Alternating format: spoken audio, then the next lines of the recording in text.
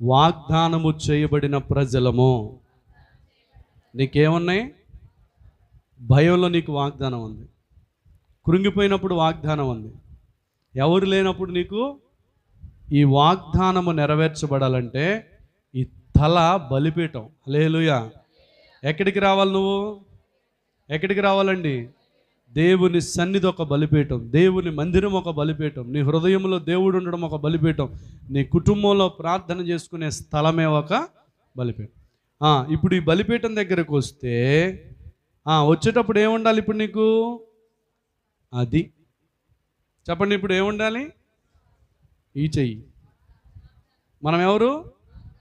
బోల్డ్ అనే వాగ్దానాలు ఉన్నాయి మన కోసం. ఆశీర్వాదమునకు వారసులగుటకు మీరు పిలువబడుతుంది కదా. ఇవి నెరవేర్చబడాలంటే ఎవరైతే బలిపీఠాల దగ్గర కూర్చుంటారో, బలిపీఠపు అనుభవం ఉంటుందో, అంటే ప్రార్థన, వాక్యము, కృతజ్ఞత, సాక్ష్యము, స్తుతి, ఈ అనుభవం ఎవరికైతే ఉంటుందో దానితో పాటు విశ్వాసం కూడా ఉండాలి. హల్లెలూయా. వాగ్దానాలు ఉన్నాయి, విశ్వాసం ఉంది. చేతని ఇప్పుడు వాగ్దానం అనగానే మీ కుడి హస్తం.